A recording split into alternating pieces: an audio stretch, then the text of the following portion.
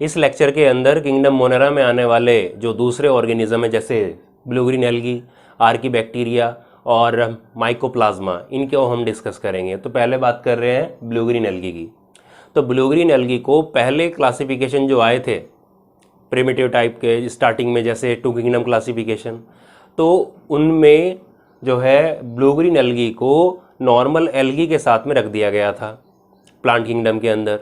लेकिन बाद में जब पता चला कि ब्लू ग्रीन एल्गी यूकैरियोट ना हो के प्रोकैरियोटिक है नेचर में, जैसे बैक्टीरिया होते हैं, इनके अंदर वेल डिफाइंड न्यूक्लियस नहीं पाया जाता, जो जेनेटिक मटेरियल है वो एक न्यूक्लियर मेम्ब्रेन से घिरा हुआ नहीं होता। तो प्रोकैरियोटिक नेचर जब इनका पता लगा तो इनको वहाँ से निकाल के प्रोकैरियोट के साथ में किंगडम मोनेरा में रख दिया गया। तो जितने भी ये ब्लू ग्रीन एल्गी हैं ये सब अब कहाँ पर आते हैं, किंगडम मोनेरा के अंदर पढ़े जाते हैं अब। ठीक है, अब इनको जो है साइनोबैक्टीरिया भी कहते हैं। अब साइनोबैक्टीरिया जो नाम दिया था इन्होंने, ये सजेस्ट किया था ICNB ने। ICNB ने सजेस्ट किया था 1978 में। ICNB हमने बताया था, देखो ICBN होगा तो बॉटनिकल नोमेनक्लेचर था। ICNB का मतलब क्या है, international code of nomenclature for bacteria.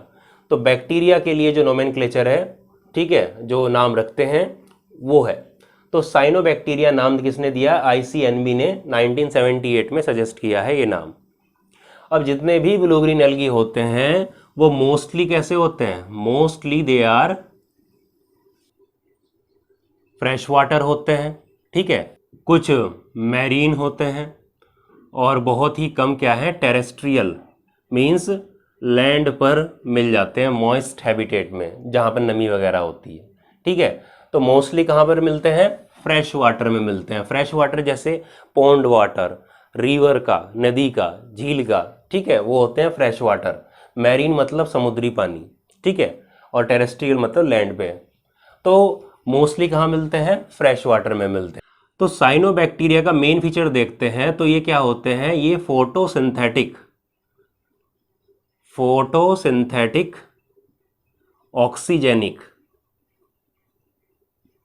Oxygenic autotrophs होते हैं ये। अब देखिए इसका मतलब क्या है, फोटोसिंथेटिक मतलब देखिए सनलाइट की प्रेजेंस में करेंगे, और ऑक्सीजेनिक मीन्स क्या निकलेगी इनसे, ऑक्सीजन निकाल लेंगे ये। नॉर्मल हमने देखो जो किंगडम मोनेरा में जो दूसरे बैक्टीरिया पड़े थे, तो बैक्टीरिया जो ऑटोट्रोपिक बैक्टीरिया थे वो क्या करते थे लाइट की प्रेजेंस में फोटोसिंथेसिस करते थे, मतलब अपने फूड का प्रोडक्शन करते थे, लेकिन ऑक्सीजन नहीं निकलती थी वहाँ पे, सल्फर देखी थी हमने वहाँ पे, तो वो नॉन ऑक्सीजेनिक थी। लेकिन किंगडम मोनेरा के अंदर ही जो साइनोबैक्टीरिया आते हैं वो प्रोकैरियोटिक होते हुए भी क्या करते हैं, ऑक्सीजेनिक ऑटोट्रोप्स होते हैं, यानी कि ऑक्सीजन वो निकालते हैं। और ये माना जाता है कि जब अर्थ पर पहली बार जब ऑक्सीजन निकली, ऑक्सीजन बनी, तो पहली बार साइनोबैक्टीरिया ने ही ये ऑक्सीजन बनाई थी। ठीक है, तो सबसे पहले जब जो ऑक्सीजन लिबरेट हुई थी, बनी थी अर्थ पे, वो साइनोबैक्टीरिया माना जाता है कि इन्होंने सबसे पहली बार प्रोडक्शन किया था अर्थ के ऊपर ऑक्सीजन का। अब देखिए जब फोटोसिंथेसिस कर सकते हैं तो इसका मतलब क्या है, इसका मतलब देखो फोटो का मतलब लाइट है, तो लाइट की प्रेजेंस में करेंगे। तो लाइट की प्रेजेंस में कर रहे हैं तो लाइट को ऑब्जॉर्ब करने के लिए इनके पास में क्या होना चाहिए, पिगमेंट्स होने चाहिए। तो इनके पास में क्या होते हैं, फोटोसिंथेटिक पिगमेंट्स होते हैं। तो इसको ध्यान जरूर रखिएगा, यहाँ से आपसे क्वेश्चन बन जाता है, फोटोसिंथेटिक पिगमेंट्स कौन कौन से हो सकते हैं इसके अंदर। तो फोटोसिंथेटिक पिगमेंट जो है वो एक तो यहाँ पर क्लोरोफिल ए, ठीक है, एनसीईआरटी में भी दिया हुआ है कि क्लोरोफिल ए पाया जाता है। भाई लाइट को ऑब्जॉर्ब करना है तो पिगमेंट से ही आएंगे, तो इनमें कौन कौन से, क्लोरोफिल ए पाया जाता है जो कि कैसे रंग का होता है, वो ग्रीन कलर का, आपको पता ही है। ठीक है, और कौन से मिल सकते हैं, कैरोटीनॉइड्स मिलते हैं सकते हैं जो कि येलो कलर, और फाइकोसाइनिन। देखो साइनिन जहां पर भी आ जाएगा इसका मतलब क्या है, वो ब्लू कलर का होगा। और फाइको मीन्स क्या होता है, एल्गी होता है। फाइको मीन्स एल्गी और myco means fungi. Phyco algae, myco fungi, तो phycocyanin, cyanin means blue. और कौन से हो सकते हैं इनमें, फाइको फिर क्या हो जाएगा, एल्गी, और एरिथ्रिन, एरिथ्रिन मतलब रेड, आपने पढ़ा होगा कि आरबीसी रेड ब्लड सेल्स को क्या बोलते हैं, एरिथ्रोसाइट्स भी कहते हैं। तो एरिथ्रिन का मतलब क्या हो गया, रेड, तो ये रेड कलर का हो गया, ठीक है ना। तो ये पिगमेंट इनके अंदर पाए जाते हैं। तो यहाँ से ध्यान रखना है कि क्लोरोफिल ए के अलावा भी ये पिगमेंट्स कुछ पाए जाते हैं। तो एमसीक्यू बन सकता है नीट के अंदर इस तरीके से, ठीक है। तो फ्रेश वाटर होते हैं मोस्टली, फोटोसिंथेटिक ऑक्सीजेनिक ऑटोट्रॉप से जो ऑक्सीजन निकालते हैं अपनी फोटोसिंथेसिस में। माना जाता है कि पहले ऑर्गेनिज्म थे अर्थ पर जिन्होंने ऑक्सीजन प्रोड्यूस की थी, वो थे साइनोबैक्टीरिया। नाम साइनोबैक्टीरिया सजेस्ट किया था आईसीएनबी ने 1978 में। और इनके अंदर ये कुछ पिगमेंट पाए जाते हैं, क्लोरोफिल ए जो कि green, carotenoids yellow, phycocyanin blue और फाइकोरिथ्रिन रेड कलर का पिगमेंट होता है, ठीक है। ये तो जनरल से हमने इसकी इंट्रोडक्शन की बात की। अब देखते हैं कि एक अलग अलग किस किस फॉर्म में ये मिलते हैं। तो देखिए जो इसकी फॉर्म्स हैं कि कैसे ये मिल सकते हैं, तो डिफरेंट फॉर्म्स में मिल सकते हैं। चलते हैं अकॉर्डिंग टू एनसीईआरटी। तो या तो ये यूनिसेलुलर होंगे, ठीक है। यूनिसेलुलर का मतलब क्या है कि एक सिंगल सेल में मिल रहा है, एक सिंगल वही बॉडी है उसकी, वही एक उसकी सेल है। तो इसका यानी कि जो कि एक ही सेल का बना हुआ है, सिंगल सेल से बना हुआ है, सिंगल सेल है बस, वो क्या हो गया, सिंगल सेल है, तो वो क्या हो गया, यूनिसेलुलर है। तो ऐसे में एक एग्जांपल आ जाता है स्पाइरुलिना, स्पाइरुलिना, ठीक है। ये क्या है, यूनिसेलुलर साइनोबैक्टीरिया है। और इसके बारे में एक इंटरेस्टिंग फैक्ट आपको बता देता हूं कि ये प्रोटीन रिच होता है, ठीक है। इसमें प्रोटीन जो है बहुत ही ज़्यादा अमाउंट में पाई जाती है, हाई अमाउंट में इसमें प्रोटीन पाई जाती है, ठीक है, स्पाइरुलिना में। इसलिए क्या है कि इसको खाने में भी यूज़ करते हैं, मीन्स ये क्या है, इडेबल है, खाने में यूज़ करते हैं इसको, ठीक है भाई। और नॉर्मल जो जानवर है, कैटल है, ठीक है, गाय भैंस होती है, उनके फोडर चारे में भी इसको यूज़ किया जाता है। जो जानवर होते हैं जैसे गाय भैंस, उनके चारे में भी इनको यूज़ किया जाता है, किनको, स्पाइरुलिना को। तो एक तो यूनिसेलुलर में मिल सकते हैं, या फिर ये क्या हो सकते हैं, देखो पहला यूनिसेलुलर फॉर्म हो सकती है, दूसरी अगर बात करें दूसरी फॉर्म कौन सी हो सकती है, कॉलोनियल, कॉलोनी बना के ये मिल सकते हैं, ठीक है। कॉलोनी मतलब जैसे बहुत सारे साइनोबैक्टीरिया आपस में बंच, गुच्छे के रूप में मिलते हैं, ठीक है। तो इस तरीके से कॉलोनी बना के रखते हैं सेल्स की, जो साइनोबैक्टीरिया हैं उनकी जो सेल्स हैं उनकी कॉलोनी गुच्छे में मिलते हैं। जैसे बैक्टीरिया, नॉर्मल बैक्टीरिया, वो भी कॉलोनी के अंदर मिल जाते हैं। तो कॉलोनियल, कॉलोनी बना के रहता है। इसका एग्जाम्पल अगर देख, एग्जाम्पल आ जाएगा एनाबीना, एनाबीना है, माइक्रोसिस्टिस है। तो ये क्या करते हैं, ये कॉलोनी बना के मिलते हैं, ठीक है। ऐसे कॉलोनी बना के ये मिलते हैं, जैसे कॉलोनी बना ली ऐसे, और चारों तरफ क्या होती है इनके, एक म्यूसिलेजिनस कवरिंग आ जाती है, ठीक है। जिलेटिनस शीट भी बोलते हैं, उसके बारे में भी बात करेंगे। भाई पानी के अंदर जो है रहते हैं, तो पानी में गल ना जाए तो उसके ऊपर एक चिपचिपी एक लेयर होती है, म्यूसिलेजिनस कवरिंग बोलते हैं, उसकी बात करेंगे अभी, ठीक है। दो फॉर्म्स ये हुई। तीसरी फॉर्म की अगर बात करते हैं तो तीसरी फॉर्म आ जाती है फिलामेंटस, ठीक है, फिलामेंटस, ठीक। क्योंकि एनसीईआरटी में दिया है कि या तो यूनिसेलुलर फॉर्म होती है, या फिर कॉलोनियल, या फिर फिलामेंटस फॉर्म में मिल सकते हैं। तो फिलामेंटस में क्या होता है कि जैसे साइनोबैक्टीरिया, तो फिलामेंट एक के ऊपर एक इस तरीके से एक फिलामेंट की फॉर्म में ऐसे अरेंज हो जाते हैं लीनियरली ऐसे, तो फिलामेंट की तरह स्ट्रक्चर बन जाता है ऐसे, ठीक है। और इसके चारों तरफ क्या आ जाती है, म्यूसिलेज चिपचिपी एक कवरिंग आ जाती है जिलेटिन की, इस तरीके से, ठीक है, जो कि इनको प्रोटेक्ट करती है वाटर से कि गले ना। अब ये जो पूरी की पूरी इस तरीके से जो पूरा स्ट्रक्चर बना है, ये फिलामेंट बना है एक तरह से पूरा। इसको फिलामेंट के लिए वर्ड यूज करते हैं ट्राइकोम, ट्राइकोम। तो ट्राइकोम क्या है, ये साइनोबैक्टीरिया का जो फिलामेंट बनता है जिसमें सेल्स एक के ऊपर एक इस तरीके से अरेंज हो जाती है, उसको क्या बोलते हैं, ट्राइकोम कहते हैं, ठीक है। कहाँ बनता है, ये cyanobacteria means blue green algae के अंदर बनता है, ठीक है। और इसके ऊपर क्या है, जिलेटिनस या म्यूसिलेजिनस कवरिंग होती है जो इनको प्रोटेक्ट करती है वाटर के एक्शन से, ठीक है। तो तीन फॉर्म की बात की। और इसमें एग्जाम्पल की अगर बात करते हैं तो एग्जाम्पल इसमें आ जाता है नोस्टॉक, ठीक है, नोस्टॉक। ये आपके एनसीईआरटी के अंदर भी दिया हुआ है, ऐसे डायग्राम बना हुआ है इस तरीके से, जो है इस तरीके से डायग्राम बना हुआ है। तो ये क्या है, सेल्स अरेंज है इस तरीके से, और चारों तरफ क्या है, म्यूसिलेजिनस की कवरिंग है।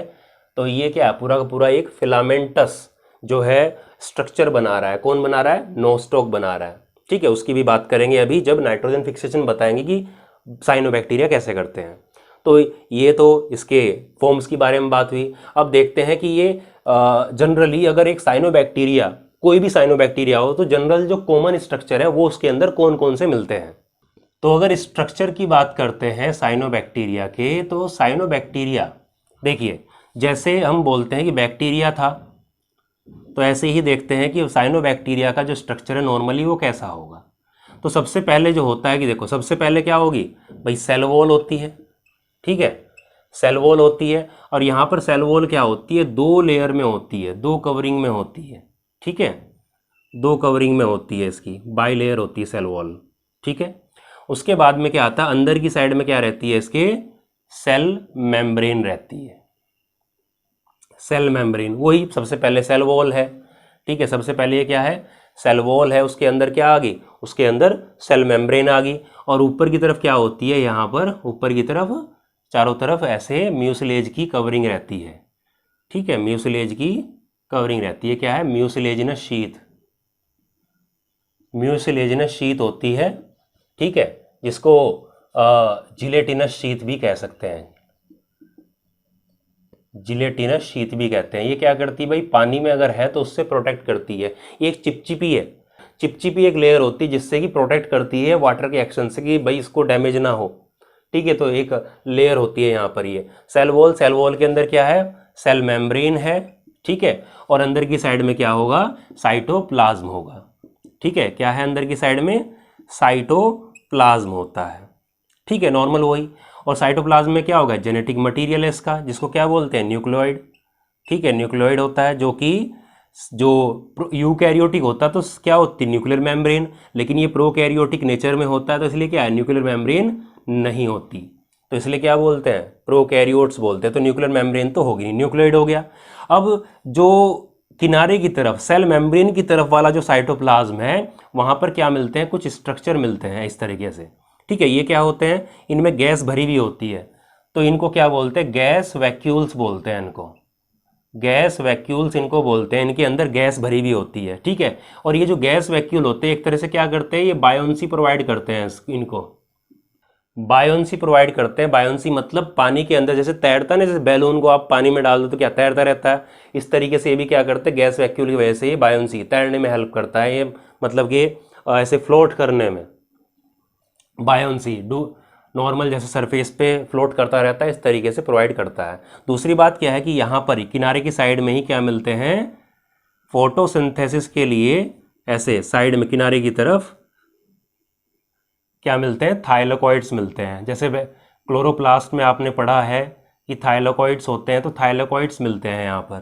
थाइलाकोइड क्या है, फोटोसिंथेसिस करने के लिए स्ट्रक्चर हैं। अब थाइलाकोइड देखिए, जो थाइलाकोइड हैं, अब नॉर्मल में हमने पढ़ा है कि जो इसके अंदर क्या होता है कि जैसे प्लांट में पढ़ा कि क्लोरोफिल होता है फोटोसिंथेसिस के लिए।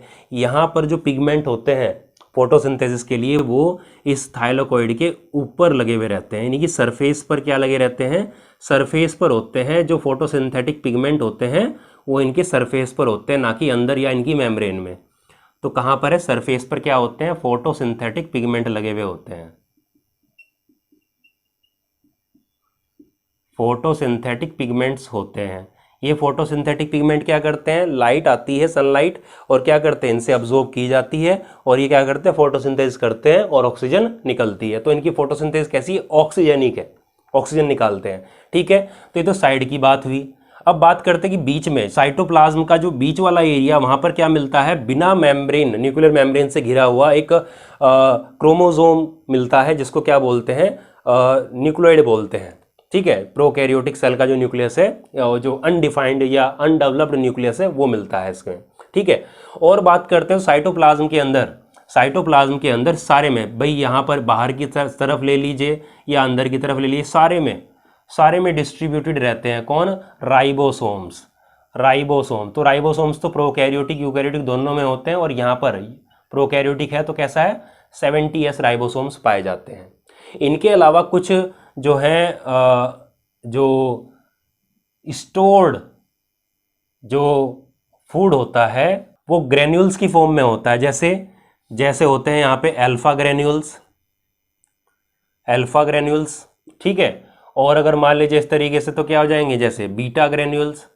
तो इनकी ग्रेन्यूल्स की फॉर्म में, ग्रेन्यूल्स मतलब जैसे भाई दानेदार होता है जिक दानेदार, तो इस तरह ग्रेन्यूल्स की फॉर्म में क्या है, अल्फा और बीटा ग्रेन्यूल्स मिलते हैं। एक्चुअली में अल्फा ग्रेन्यूल क्या है, ये स्टोर फॉर्म है किसकी, साइनोफाइसिन स्टार्च, साइनोफाइसिन स्टार्च, ये इनका स्टोर फूड है। साइनोफाइसिन स्टार्च एक्चुअल में क्या होता है, ग्लाइकोजन जैसा होता है। ग्लाइकोजन किसका है भाई, हमारा एनिमल्स का स्टोर फूड होता है ग्लाइकोजन, लेकिन यहाँ पर क्या है कि रियल में स्टार्च नहीं है एक्चुअल में, ये ग्लाइकोजन जैसा स्ट्रक्चर कैसा है, ग्लाइकोजन जैसा है। तो ना तो बिल्कुल ग्लाइकोजन है ना ही स्टार्च, इसको बोलते हैं साइनोफाइसिन स्टार्च, साइनोबैक्टीरिया की जो स्टार्च एक तरह की, ठीक है। और बीटा ग्रेनुल्स क्या है, ये एक तरह से फैट ड्रॉपलेट्स होती है, यानी कि इसके अंदर क्या होता है, फैट जो स्टोर रहता है, फैट स्टोर रहता है। तो फूड इनके साइनोबैक्टीरिया में दो फॉर्म में, एक तो साइनोफाइसिन स्टार्च यानी कि अल्फा ग्रेन्यूल्स, और बीटा ग्रेन्यूल्स मतलब फैट की फॉर्म में स्टोर रहता है। तो दो फॉर्म आपको याद रखनी है ये, ठीक है। तो हमने पहले देखा कि भाई इसमें म्यूसिलेजिनस कवरिंग होती है, फिर सेल वॉल 2 लेयर की, फिर उसके बाद सेल मेम्ब्रेन होती है जो कि सब में प्रोकैरियोटिक यूकैरियोटिक दोनों में एक जैसी होती है। उसके बाद में अंदर की तरफ आते हैं साइटोप्लाज्म में गैस वैक्यूल के साथ में भाई थाइलाकोइड मिलते हैं, जिनके ऊपर क्या होती है, फोटोसिंथेटिक पिगमेंट होते हैं। और पूरे साइटोप्लाज्म में राइबोसोम्स रहते हैं 70s, बीच में बिना न्यूक्लियर मेम्ब्रेन का न्यूक्लियस यानी कि न्यूक्लियोइड रहता है। और फूड जो है इनका अल्फा और बीटा ग्रेन्यूल्स की फॉर्म में स्टोर पाया जाता है। अब आगे अगर बात करते हैं इसमें, तो आगे आता है इसमें कि सबसे मेन काम जो इसका आता है, इसके फंक्शन की बात करते हैं, तो मेन इसका काम है जो नाइट्रोजन फिक्सेशन करने का, इसका एक मेन के लिए काफ़ी इंपॉर्टेंट है एग्जाम के लिए, तो उसकी बात करते हैं। तो ये इसका मेन फंक्शन जैसे करता है, ये नाइट्रोजन फिक्सेशन में ये काफ़ी इंपॉर्टेंट है, ठीक है। तो नाइट्रोजन फिक्सेशन क्या होता है जनरली, भाई जो एटमॉस्फेरिक नाइट्रोजन है, बोलते हैं 78% पड़ी हुई है अपने एटमॉस्फेयर में, तो उसको प्लांट डायरेक्टली यूज़ नहीं कर सकते। जैसे कार्बन डाइऑक्साइड लेते हैं फोटोसिंथेसिस में ले ली, तो प्लांट इस तरीके से यूज़ नहीं कर सकते उसको पहले कंपाउंड की फॉर्म में कन्वर्ट करना पड़ेगा, और रूट के थ्रू उसको पानी के साथ में क्या करते हैं, प्लांट अब्जॉर्ब करते हैं। तो उस नाइट्रोजन को फिक्स की जाए, इस फॉर्म में कन्वर्ट किया जाए कि प्लांट उसको आराम से इजीली अब्जॉर्ब कर सके, उस कंपाउंड में कन्वर्ट कर सके, तो वो वाला काम कौन करते हैं, साइनोबैक्टीरिया करते हैं। तो नाइट्रोजन फिक्सेशन इनका मेन काम होता है। इसके लिए जैसे आप अगर एनसीईआरटी में देखते हैं तो इस तरह का एक डायग्राम दिखाई देगा नॉस्टॉक का, ठीक है, नॉस्टॉक का इस तरीके से डायग्राम दिखाई देगा, फिलामेंटस साइनोबैक्टीरिया, और इसके चारों तरफ क्या है, म्यूसिलेजिनस इस तरीके से शीट बनाई गई है, ठीक है।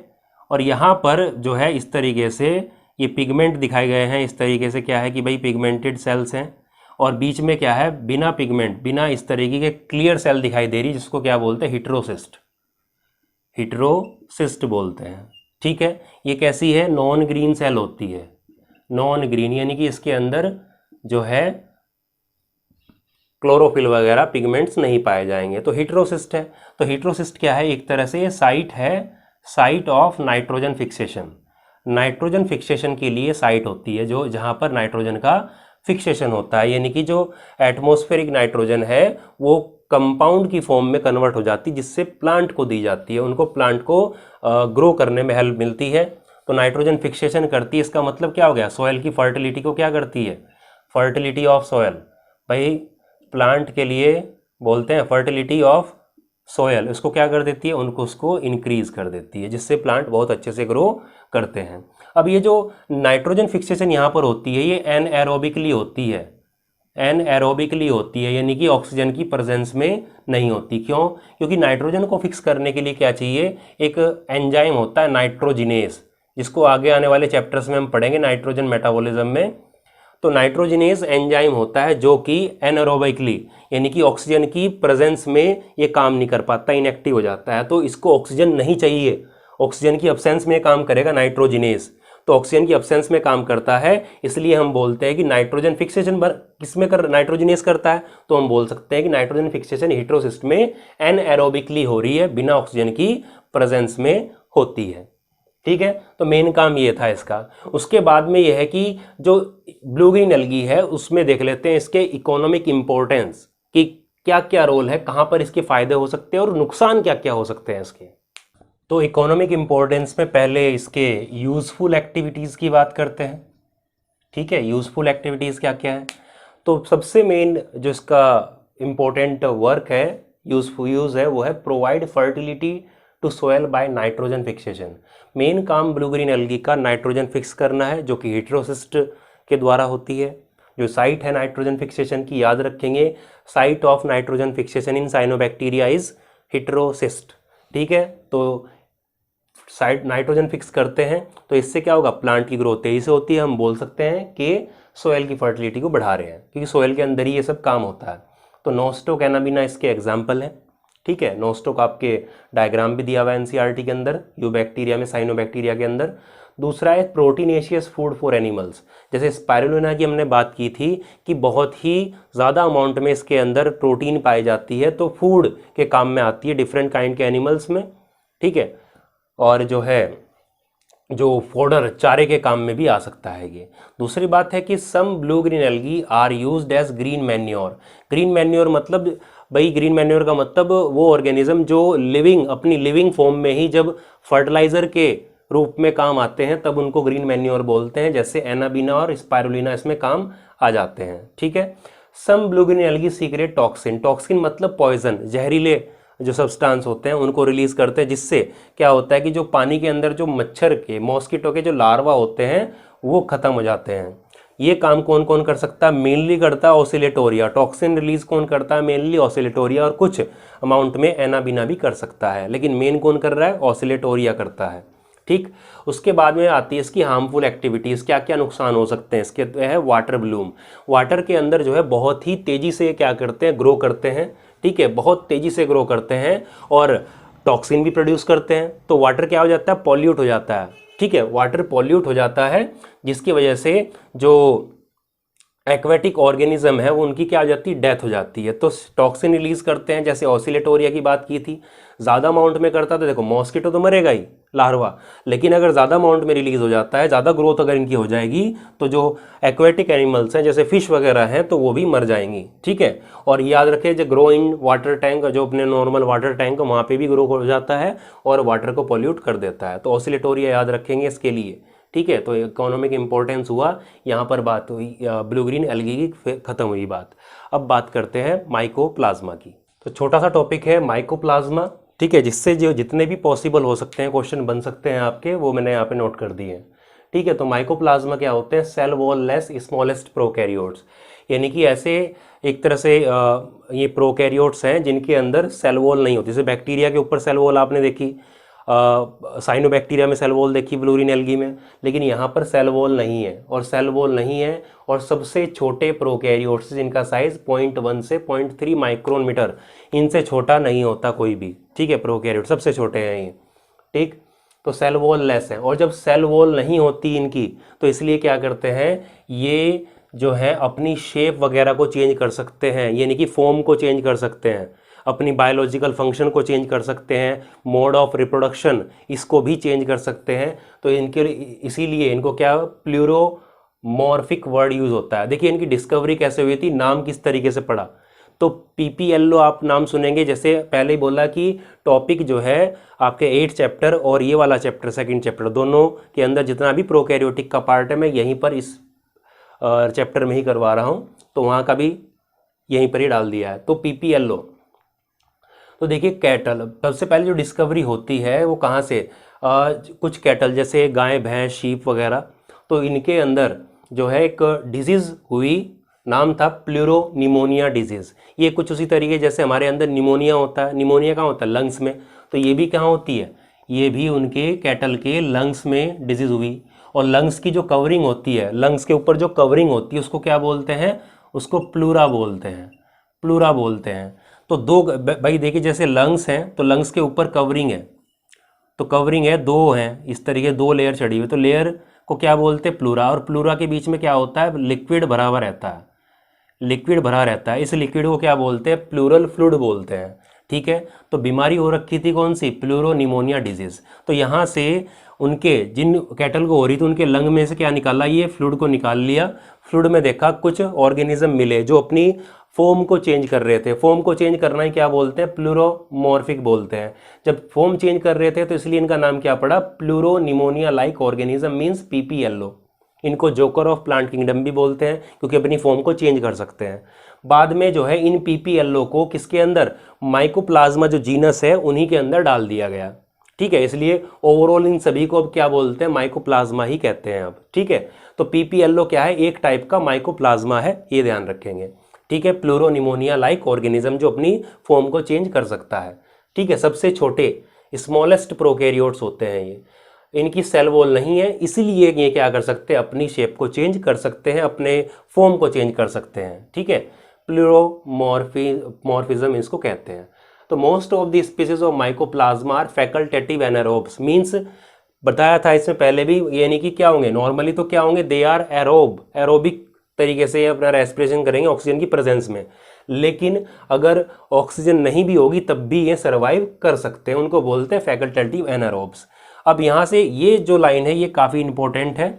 अब यहाँ से क्वेश्चन बन जाता है कि भाई नॉर्मल में देखते हैं कि एनिमल में डिजीज कॉज करते हैं माइकोप्लाज्मा, लेकिन जो है प्लांट में भी डिजीज कॉज करते हैं। तो ध्यान रखिएगा कि माइकोप्लाज्मा जो है प्लांट्स और एनिमल्स दोनों के अंदर डिजीज करते हैं, ये ध्यान रखिएगा।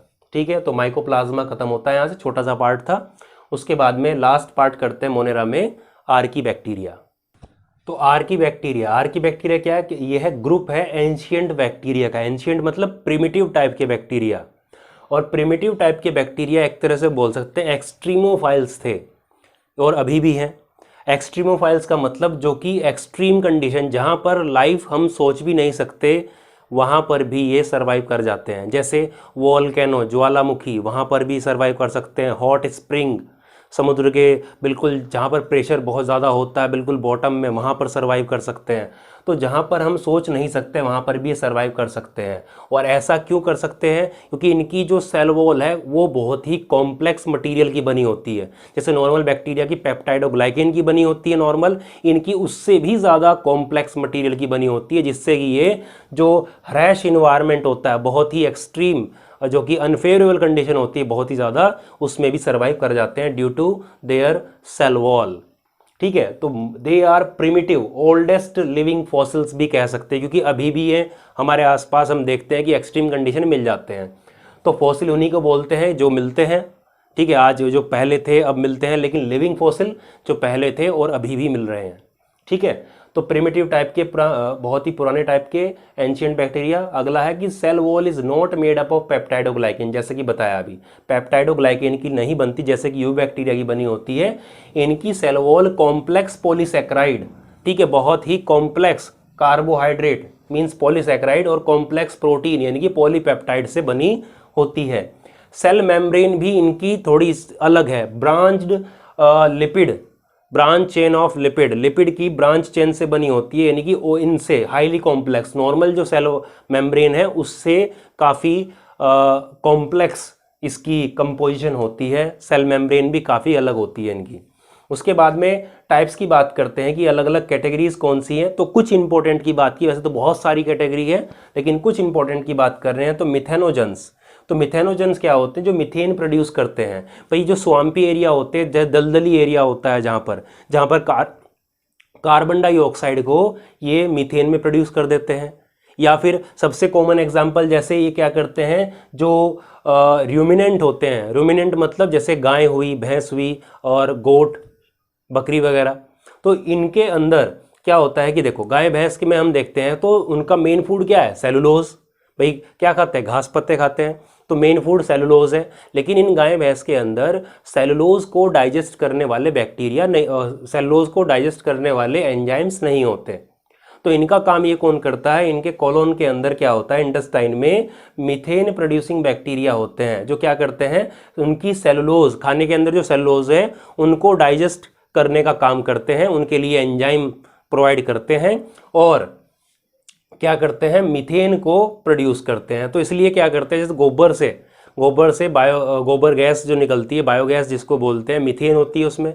तो मीथेन कहाँ से, भाई गड्ढे करते हैं आप, जैसे गांव वगैरह में देखा हो कहीं पर गोबर गैस का प्लांट लगा हो तो एक कंक्रीट का एक ज़मीन के अंदर एक गड्ढा होता है उसके अंदर क्या करते हैं, पानी मिला के उसमें गोबर में मिला के ढक देते हैं उसको, कुछ दिनों बाद गैस बननी स्टार्ट हो जाती है। तो कहाँ से आई भाई, रूमिनेंट जो एनिमल्स थे उनके इंटेस्टाइन में थे, तो गोबर के साथ में क्या आते हैं, बाहर आ जाते हैं बैक्टीरिया, जो क्या करते हैं मीथेन को प्रोड्यूस करते हैं। अलग से हमें कुछ नहीं डालना पड़ता, तो क्या करते हैं मीथेन को प्रोड्यूस करते हैं, सेलुलोज को किस में कन्वर्ट कर देते हैं, मीथेन में, ठीक है। और उनका एनिमल का डाइजेशन भी हो जाता है, सेलुलोज का भी डाइजेस्ट हो जाता है, और इनको ये मीथेन भी प्रोड्यूस करते हैं। तो एग्जाम्पल जैसे मिथेनोबैक्टीरियम, मिथेनोकोकस। उसके बाद बात करते हैं दूसरी कैटेगरी की, जैसे हेलोफाइल्स। हेलोफाइल्स क्या होते हैं, जो बहुत ही सॉल्टी कंडीशन में, एक्सट्रीम बहुत ही सॉल्टी कंडीशन में भी रह लेते हैं, जहाँ पर खारापन बहुत ज़्यादा होता है, तो उनको हेलोफाइल्स बोलते हैं। और हेलोफाइल्स के बारे में एक फैक्ट बता देते हैं कि ये ऐसे बैक्टीरिया हैं जो फूड नहीं बनाते, भाई ऑटोट्रॉप तो हैं लेकिन फूड नहीं बनाते कार्बोहाइड्रेट, ये सीधा किसका फॉर्मेशन करते हैं, एटीपी बनाते हैं सीधा, ठीक है। थर्मो एसिडोफाइल्स, तो अगर थर्मोफाइल्स की बात करते हैं, सिर्फ थर्मोफाइल्स की, तो हाई टेम्परेचर पे ग्रो करता है, ठीक है, अराउंड 80 डिग्री के आसपास तक। अगर 80 से भी ऊपर कर सकते हैं तो हम लिख सकते हैं हाइपर थर्मोफाइल्स, जो 80 से ऊपर भी कर सकता है, 100, 200, 300 इससे भी ऊपर जा सकता है, तो हाइपर थर्मोफाइल्स लिखते हैं। जनरली हमने क्या लिखा, थर्मो एसिडोफाइल्स, ठीक है। तो यहाँ पे थर्मो यानी कि हाई टेम्परेचर, और एसिडोफाइल्स मतलब एसिडिक कंडीशन में, तो हाई टेम्परेचर और एसिडिक कंडीशन में रहेगा, हाईली एसिडिक, जैसे पीएच 2 या 2 से कम, या क्या होता है हाईली एसिडिक, जहाँ पर भाई हाथ वाथ जल जाए, टेम्परेचर ही बहुत ज़्यादा एसिडिक कंडीशन है, वहाँ पर ग्रो कर जाते हैं। जैसे सल्फर के स्प्रिंग, झरना जो होते हैं सल्फर के, sulphur spring, hot sulphur spring, वहाँ पर ग्रो कर जाते हैं, ठीक है। उसके बाद बैरोफाइल्स की बात करें तो बैरोफाइल्स क्या है, जो हाई प्रेशर पे, जैसे अगर हम समुद्र में बिल्कुल नीचे जाते हैं बॉटम में, तो हाई प्रेशर, बहुत ज़्यादा प्रेशर रहता है वहाँ पर, डीप मैरीन सेडिमेंट, तो वहाँ पर भी ग्रो कर जाते हैं। तो जो बैक्टीरिया वहाँ पर ग्रो करते हैं ऑर्गेनिज्म, उनको बैरोफाइल्स बोलते हैं, बैक्टीरिया की उस कैटेगरी को। साइक्रोफाइल्स जो है लो टेम्परेचर पे करते हैं, जो कि भाई नॉर्मल टेम्परेचर से बिल्कुल ज़ीरो की तरफ जब जा रहे हैं, 20 से नीचे जब चले जा रहे हैं, तो ठंडापन महसूस देता है, और बर्फ़ वगैरह ज़ीरो के नीचे से बर्फ़ जम जाती है, वहाँ पर भी ग्रो कर सकते हैं, साइक्रोफाइल्स कहलाते हैं, ठीक है। तो मेन कैटेगरी हमने ये लिखी है, बाकी और भी हैं। तो यहाँ पर जो है इंपॉर्टेंट हमने बात की, इन जो चीज़ें इंपॉर्टेंट थी आपके एग्ज़ाम के लिए, वो हमने डिस्कस की, ठीक है, डिटेल में डिस्कस की। और यहाँ पर ख़त्म होता है किंगडम मोनेरा। आगे हम बात करेंगे किंगडम प्रोटिस्टा की।